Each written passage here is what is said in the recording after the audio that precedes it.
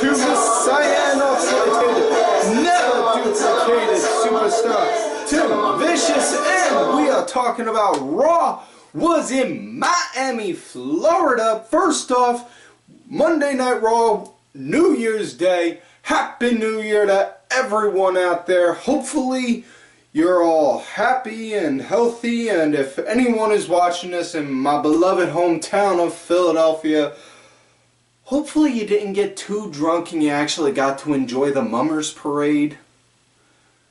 You know, I may be straight edge, but I'm also smart enough to know, you know, more so than not, people are going to drink, so to that, you know, that's your own choice. I'm not going to go and be like, no, you shouldn't, that's bad, shame, and all that jazz. No. I may be straight edge, but I'm not militant.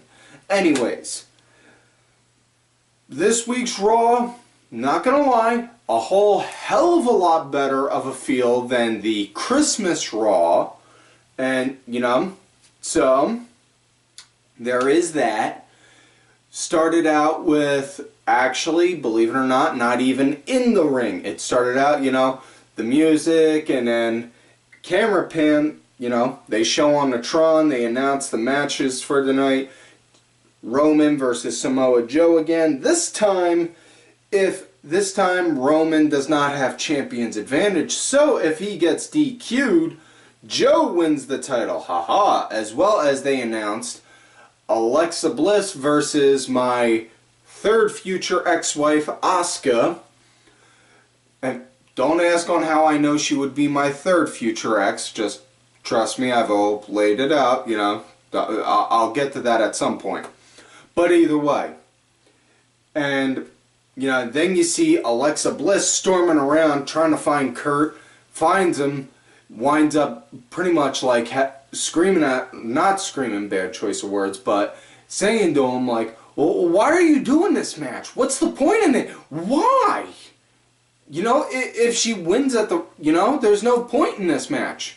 She interrupted me last week. She hit me last week. That's not fair. And then Kurt saying, well, we're bringing in the new year. I thought, what better way than to give a WrestleMania level match?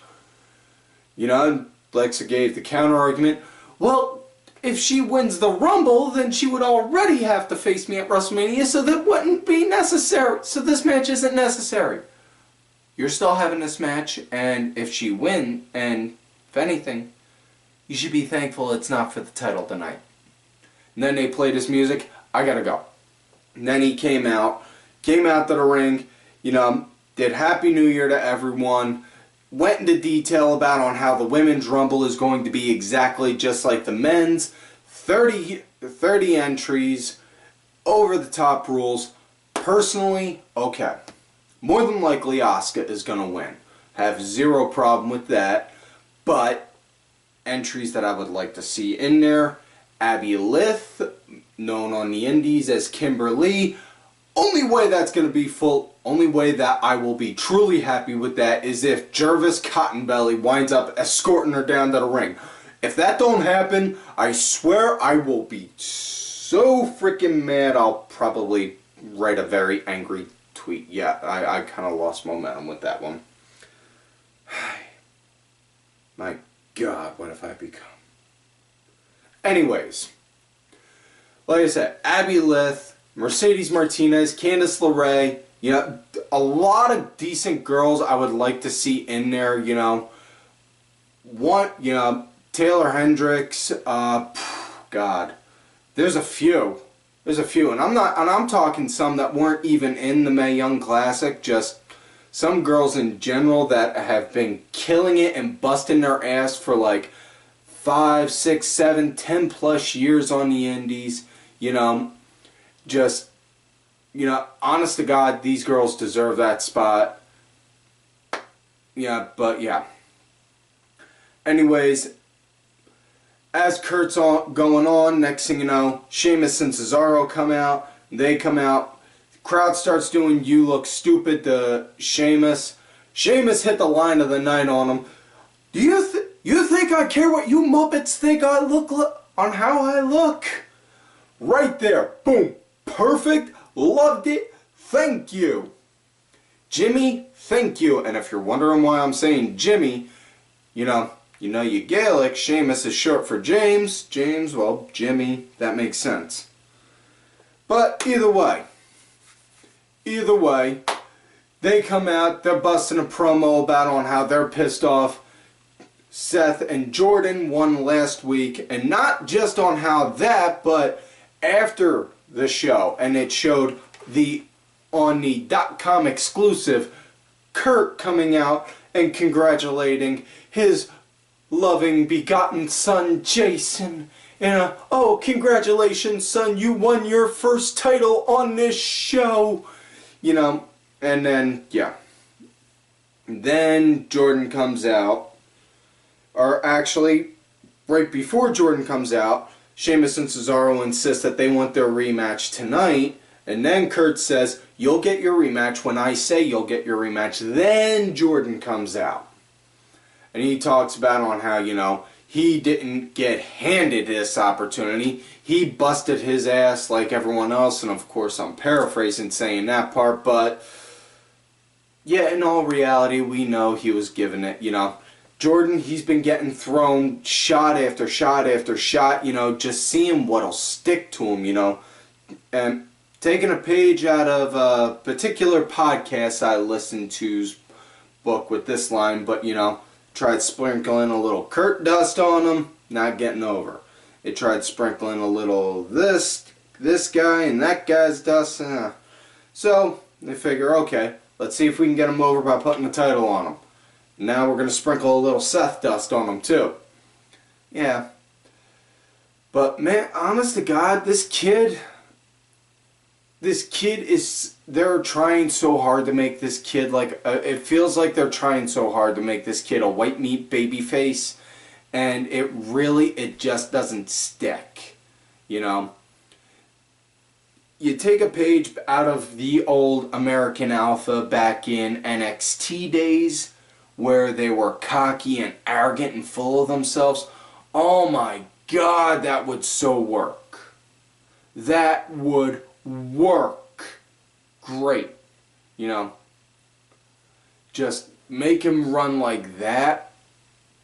But either way, he's doing that, and then he goes and he's talking about on how, he'll take them on, and then you hear, and then, burn it down! Seth comes out and, is talking about, whoa, kid.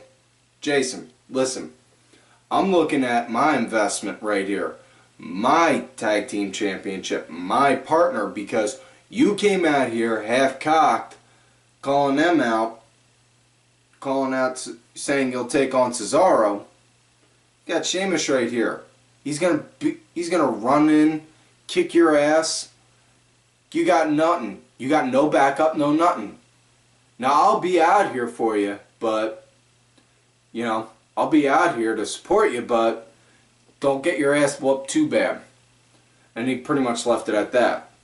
Now, I do want to say also, though, with Cesaro, thank God he's starting to cut promos again without the...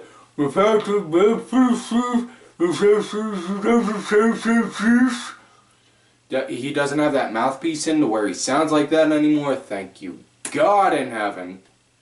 And so, yeah. Match starts off with Cesaro throwing out a cheap shot on Jordan right then and there. Right after Seth says that and the bell rings. Jordan gets knocked out the ring. You just see like, hey, come on, kid. Come on now, kid. Let's get on in there. Throws him, and, not throws him, sorry, but talks to him like, kind of like Mick talking to Rocky, like, get up, ya bum! Something like that. And they get him back in there. But, honestly, for the most part, this was just Cesaro throwing out an ass whooping on Jordan, and he was targeting his one knee. He was targeting his one knee for the entire match. And the way he was doing it, it was just beautiful. I mean, he was throwing out chop blocks, throwing out slams, even at one point put in the one-legged Boston Crab, at which case, and he was wrenching on it nice and hard, which case I'm pretty sure at some point, Lance Storm had to look and be like, I approve of that maneuver.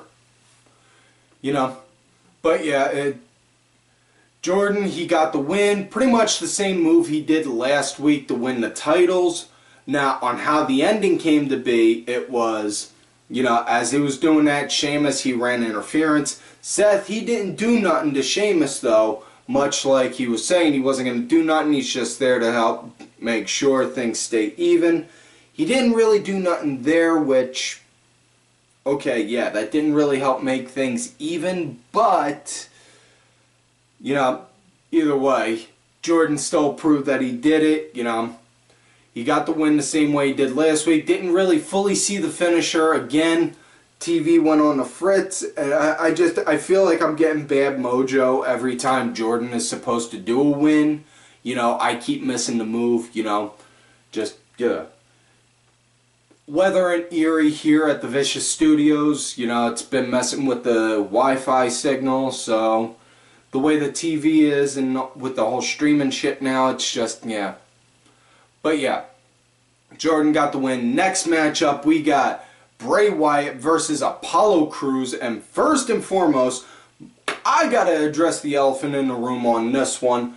I fucking laughed at the fact on how everyone was comparing Dana Brooke's look to Terry Runnels' WCW look back, or Terry Runnels' look back in WCW in the 90s. You know, I thought it was hilarious. But honestly, Dana, she more so looks like, she's more so kind of has like that sexy librarian or secretary look you see on like a video on Brazzers or Pornhub. Not that I would know what not that I would know what those videos look like, you know. I don't watch those. I'm a classy, sophisticated man. Don't judge, okay? Don't judge. Anyways, as far as the match goes, I mean, it wasn't the match, it kind of gave off like a NXT mid-card vibe, if that made sense. I mean, it felt like a match that you would see in the middle of the show on NXT more so than Raw. I mean, it wasn't like, oh my gosh, but it was like something... I don't know on how else to describe it other than how I just said it, but that was it. You know, it was kind of funny on how I kept seeing, like, they were playing Bray Wyatt was eyeing up, eyeing down Dana, like, and creeping her out, you know. But other than that, now Apollo, he got his obvious parts in, but for the most part, Bray was controlling the match. Bray wound up getting the win just when Apollo was looking to set him up for that sit down power bomb. You know, Bray Wyatt got around, hooked him, boom, hit him with Sister Abigail, 1, 2, 3. That was it. After that, boom, Matt Hardy appeared on the Tron. We saw his woken brilliance. Matt talking about on how he is going to delete Bray Wyatt. And then you just saw 1 Matt Hardy, then 2, and then 4, and then so on and so on and so on, and a whole bunch of that. Man, I honest to God, if you have not, this is really awesome right here, because just seeing Matt's shit going from freaking TNA into... seeing Matt shit from TNA into this, it's like he's using this TNA shit, but then it's like on freaking LSD with angel dust.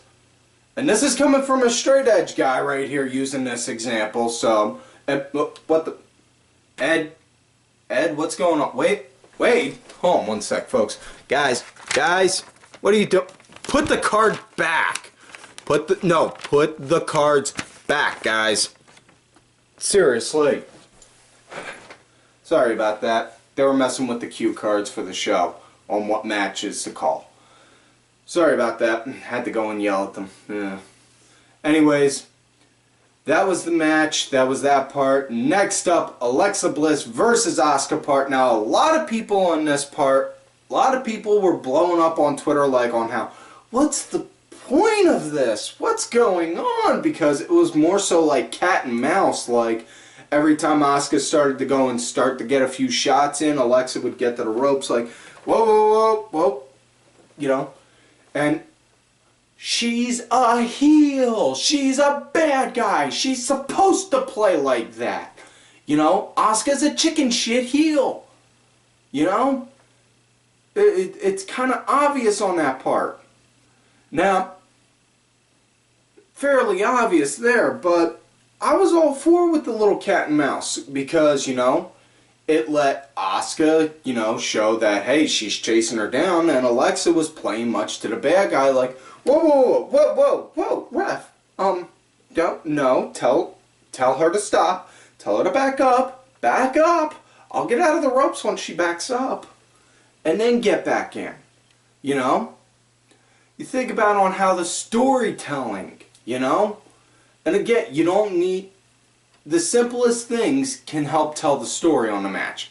That was right there, telling it. Now, I will say this though, Alexa, Alexa and Asuka, they had a nice back and forth going on with each other on it, and, you know, each girl gave as good as they got.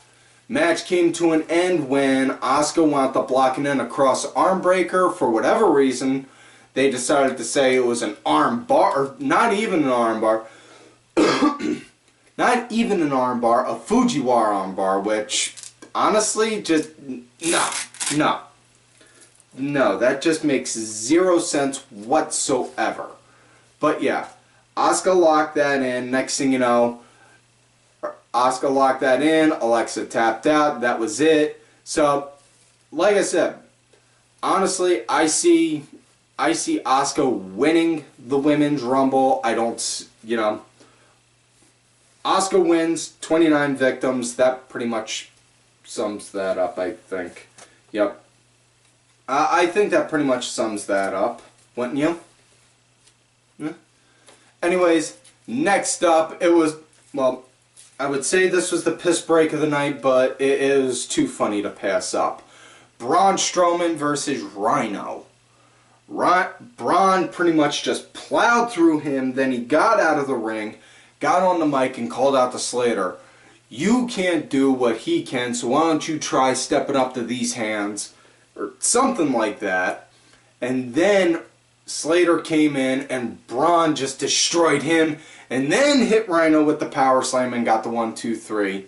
And then he proceeded to destroy them both again. It was to the point to where it was just like seeing with the Simpsons, stop it, they're already dead! But yeah, honestly, I could watch Braun go and destroy somebody all frickin' day. It's just beautiful to watch. It's like seeing it's like a train wreck. You want to look away, but you can't. You know? But yeah, next up, this was, dare I say, the match of the night. Samoa Joe, Roman Reigns, Intercontinental title. If Roman gets disqualified, he will lose the title, so he does not have champion's advantage here. Now, really like the nice little power back and forth with each other start off with, you know, but also I liked on how Joe was working Roman's arm, had it working like that for a bit, you know. Also, earlier in the night, Joe did an interview, was talking, you know, Renee Young did an interview with him, it was like, you know, and basically, I'm digging the hell out of on how Joe is taking cheap shots at Dean Ambrose being stuck at home to his wife. You know, saying, you know, Dean Ambrose should be thankful for me because I took him out and now he gets to sit at home with his family on the holidays being a stay-at-home husband while his wife works. And you see Renee Young like, you know, basically like that. But I thought that was clever, you know. All these little snide, cheap shots, you know, things like that. But this is just nice to see, the way that they keep working this. this match between these two, this was hands down my favorite match that these two have had yet. You know, the way they were working his arm, the way the storytelling was going between the fighting with each other, to the point to where they were outside. You know, Joe was kicking the crap out of Roman, got up to 8, and they were like, whoa, whoa, whoa, if they get a double count out, Joe won't get the title then because it's a double DQ. Joe goes back in, boom, restarts the count, and then Roman, boom, starts working on him again. Roman starts coming back, working on him, gets the stairs. Ref comes out, whoa, whoa, whoa, whoa, stop, think about this. You do it, you're out, you're out. You do it, you're out, you lose the title. And Joe's calling him out like, come on, come on! Puts the stairs down, and then gets a running start. Boom, Superman punches him. They get in the ring, you know, Joe's setting up Roman for like a Uranagi. Next, you know, Roman's trying to fight out of it, shoves Roman into the ref, and the ref's like, what the hell? It's like, no, I didn't do that, you know, and it's just like, whoa, we're gonna see it now? And didn't though, but like I said, great storytelling here. It was nice action, nice storytelling, and yeah, match wound up coming to an end when Roman, he had a Superman punch, you know, not in succession, but he hit a Superman punch on Joe, and then after a little bit, then caught him with a spear, 1, 2, 3, that was it. Now we all obviously know this leading up to a match between the two at the Royal Rumble, and more than likely Joe's gonna win it. Which case, again, I stress this consistently, don't worry about the ending. It's wrestling. It's entertainment and it's storytelling. You're telling the story of good versus evil, you know, this guy versus that guy. You know, probably the best way I can describe it. You know, best analogy I could use for this. Think of it like a murder mystery novel. You know this guy got killed and you know this person killed him. But what's everything that led to that? That right there pretty much sums up wrestling, you know? Now anyways, next matchup, Drew Gulak came out with Ariya Daivari and was reading from the desk of Enzo Amore, which case I'm actually surprised Enzo has a desk, more so knows how to use one properly. I'm sorry, but Enzo just looks like that kid that spent 4 years as a freshman in high school.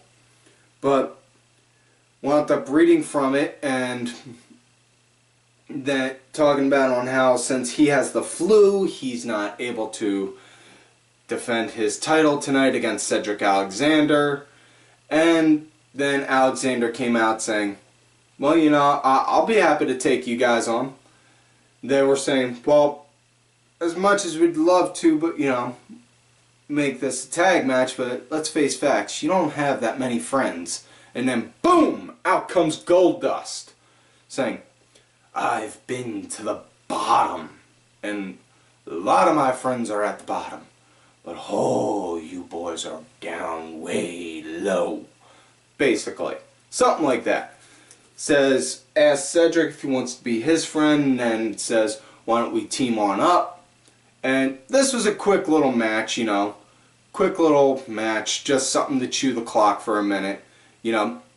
I mean, honestly, I thought this was a nice way to help, I think this is a nice way to help, like, integrate the cruiserweights and the heavyweights together, you know, much like they're doing for whatever reason, the way they're working Nia Jax and Enzo, you know, like, and I'm not saying Nia heavyweight, you know, big body joke, all that, fuck you for thinking that, if you are. I'm saying because, you know, the different divisions, you know, they're trying to integrate everyone together, you know, now they're starting to, and quick sidebar here. Everyone that bitched about on how they should bring the cruiserweights back, And then they did, and everyone's saying, oh, the cruiserweights are tanking. Just let it go. Just stop it already. Dude, shut the fuck up. Let's just say, for example, Monday Night Raw and SmackDown. Now, they are nowhere near great. You know, they have shit shows, just like everyone else. But compared to when they first started, they've progressed leaps and bounds. So, give it time. Give it time to grow some. Give it time to, you know, it'll happen. It'll get there. It's just a matter of when. You gotta give it time to breathe and grow. But anyways, match came to an end. Cedric wound up hitting the lumbar check. So now that was it. Now we come to the main event of the night. Elias with Bo and Curtis Axel doing singing Old Acquaintances, the New Year's song, the Old Acquaintances Be Forgotten. I don't know. I can never sing that song. I can't carry a tune in a bucket to save my life.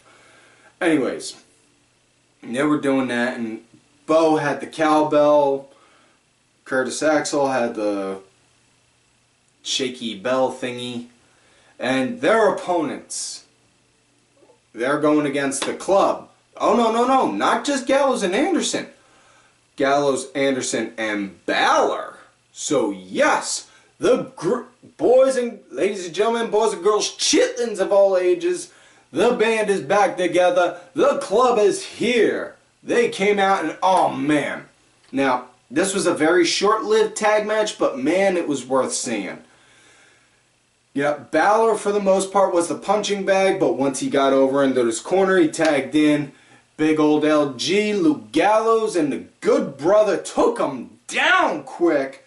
Quick shots, kicks, punches, all in the mind. If you want to test me, I'm sure you'll find Parappa the Rapper, sorry. Confusing fantasy with reality again. But Gallows took them all down pretty quick. Next thing you know, wound up grabbing Axel, tagged in Karl Anderson, who then tagged in Balor. Wound up setting it up. Magic Killer followed with the coup de grace. 1, 2, 3. That was it. Good night. So glad to see the band back together. Hopefully this leads to, hopefully this leads to them being together down the road, much like we've been wanting for a while. Closing segment of the night, though. My Lord and Savior Paul Heyman with the Beast, Brock Lesnar, promoting the triple threat match at the Royal Rumble, saying on how, on how WWE is making conspiracies and conspiring to, get the title off of Brock Lesnar because they're giving him contenders, plural, instead of contender, singular. But, and Paul, being Paul, emphasizing on how Brock will dominate and destroy them both, and, and all of that. And just as they're getting ready to leave, boom! Out comes Mayor Jacobs, Kane. And then he comes out, starts getting into Brock, throws out a few shots, and then chokeslams him, boom! After that, as Kane's about to leave, next thing you know, Brock, boom, rises up, much like him and his brother, and is laughing. And you can see Brock's starting to get that little fighting beard in again, And this is coming from a well-bearded man himself.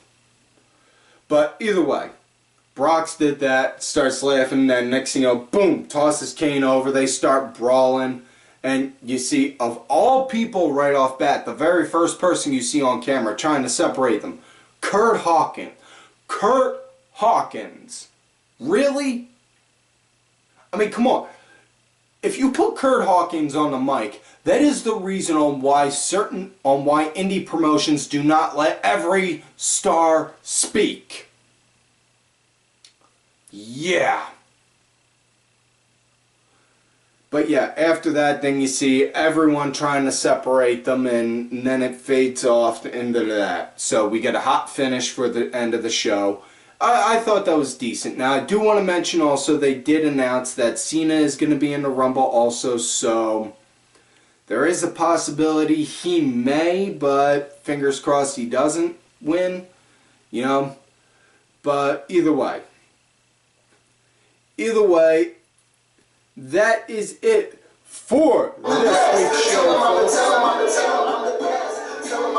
That is it for this week's show, so do not forget to like the video, subscribe to the channel, go back, watch some of the other episodes.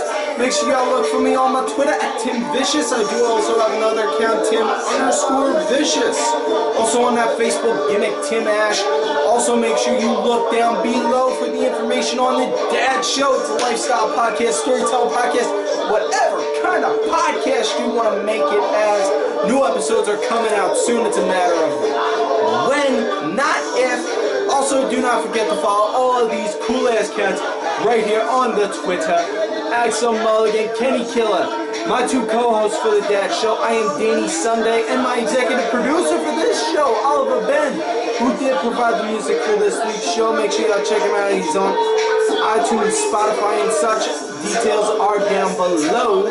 Make sure you also hit Ollie up for one of these Ollie Rewind shirts. Show the man some love and support.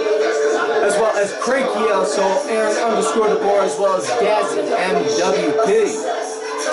And folks, like I always tell y'all, you love me great, you hate me. Fuck you.